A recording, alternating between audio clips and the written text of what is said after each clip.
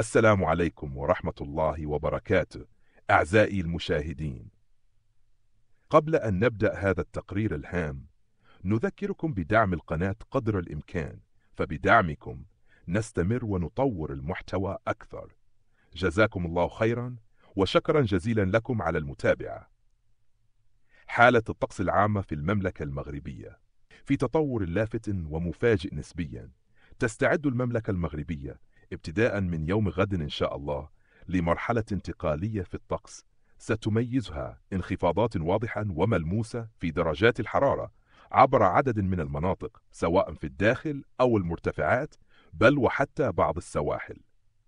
التحذير الجوي الرئيسي: نحذر من موجة برد قد تفاجئ العديد من المواطنين، خاصة أولئك الذين لم يستعدوا بعد لتقلبات الجو، حيث ستنخفض درجات الحرارة بشكل لافت من حدود العشرينيات إلى أجواء تتراوح بين 32 إلى 35 درجة مئوية في بعض المناطق، بينما ستنخفض بشكل أكبر في المرتفعات والمناطق الداخلية. تفاصيل الانخفاضات المنتظرة: واحد، المرتفعات والمناطق الجبلية، درجات الحرارة ستنخفض بشكل واضح خاصة خلال الليل وساعات الصباح الأولى.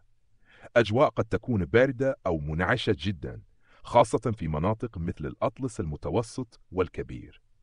المناطق الداخلية مثل فاس، مكناس، بني ملال، تافيلالت تراجع في درجات الحرارة مقارنة بالأيام الماضية. الأجواء خلال النهار ستبقى معتدلة نوعا ما، لكن الليل سيحمل برودة مفاجئة. ترى السواحل الشمالية والوسطى، الدار البيضاء، الرباط، الجديدة، نسجل نسائم باردة قادمة من المحيط خاصة خلال الصباح والليل. سحب منخفضة مع ضباب خفيف محتمل. 4. الجنوب الشرقي والمناطق الصحراوية، رغم أن هذه المناطق تعيش عادة تحت درجات حرارة مرتفعة، إلا أن هناك إشارات على انخفاض طفيف في الحرارة خاصة ليلا. الرياح الشرقية قد تزيد من الإحساس بالبرد.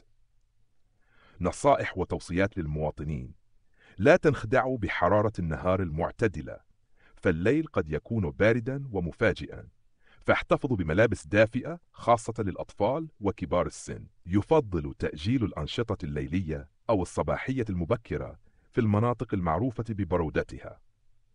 انتبهوا إلى أصحاب الأمراض المزمنة، فالتغير المفاجئ في الجو قد يؤثر سلبا على صحتهم. ما القادم؟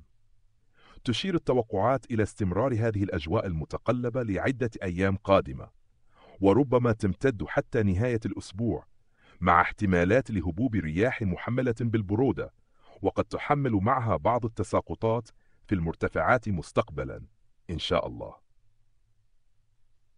لا شك أن فصل الصيف لا يعني بالضرورة استقرارا دائما في الطقس، فكما نلاحظ الأجواء تحمل مفاجآت، والبداية ستكون من يوم غد، فكونوا على استعداد وأبقوا على إطلاع عبر قناتنا.